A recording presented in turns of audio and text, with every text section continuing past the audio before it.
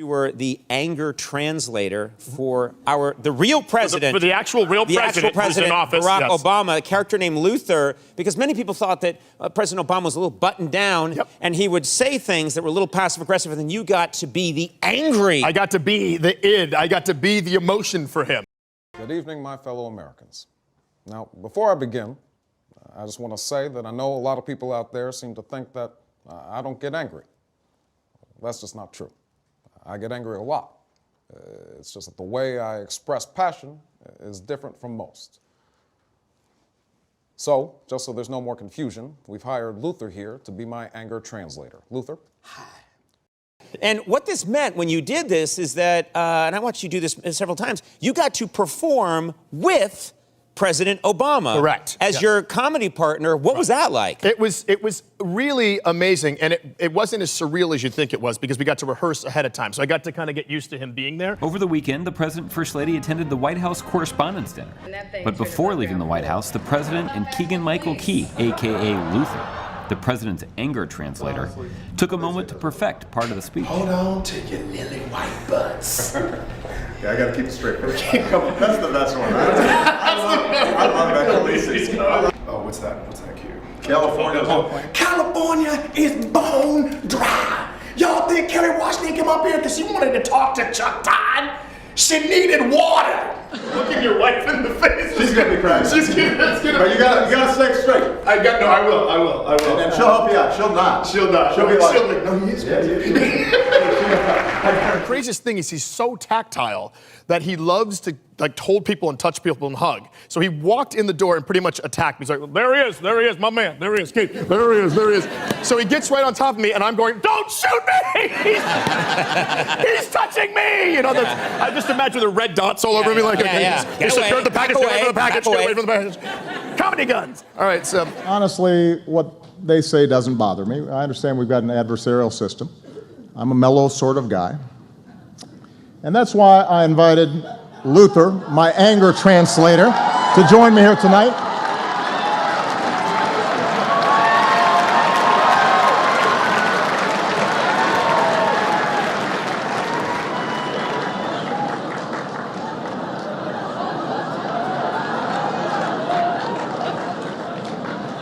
Hold on to your lily white butts. In our fast-changing world, traditions like the White House Correspondents' Dinner are important. I mean, really?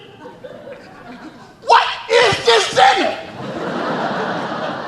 And why am I required to come to it? Jeb Bush, do you really want to do this?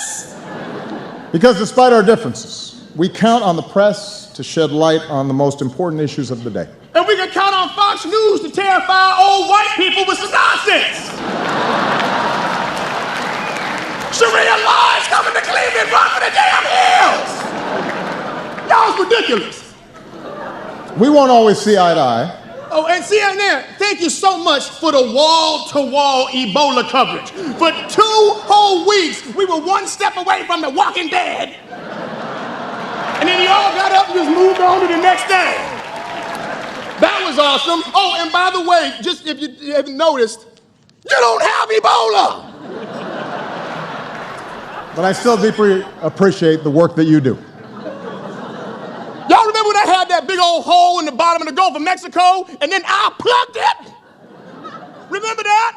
Which Obama's Katrina was that one? Was that 19, or was it 20, because I can't remember.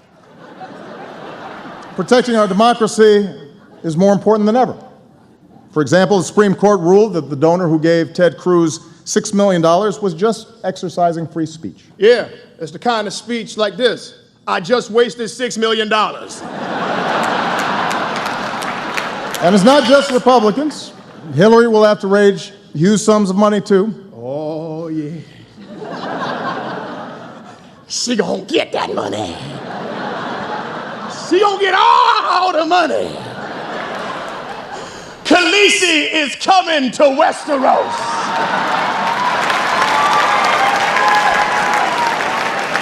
Watch out! Whoa! The nonstop focus on billionaire donors creates real problems for our democracy. And that's why we're running for a 3rd term. concerned. No, we're not. We're not? No. Who the hell said that? But we do need to stay focused on some big challenges, like climate change. Hey, listen, y'all, if you haven't noticed, California is bone dry. It looked like a trailer for the new Mad Max movie up in there. Y'all think that Bradley Cooper came here because he wants to talk to Chuck Todd? He needed a glass of water. Come on. The science is clear. The science is clear. 9 out of the 10 hottest years ever came in the last decade. Now, I'm not a scientist, but I do know how to count to 10. Rising seas, more violent storms. You got mosquitoes, sweaty people on the train stinking it up. It's just nasty. I mean, look at what's happening right now. Every serious scientist says we need to act. The Pentagon says it's a national security risk. Miami floods on a sunny day, and instead of doing anything about it, we've got elected officials throwing snowballs in the Senate. Okay, Mr. Okay, I think I got it, bro. It is crazy. What about our kids? What kind of stupid, short-sighted, irresponsible bull? Whoa! Hey! What? Okay, no, hey.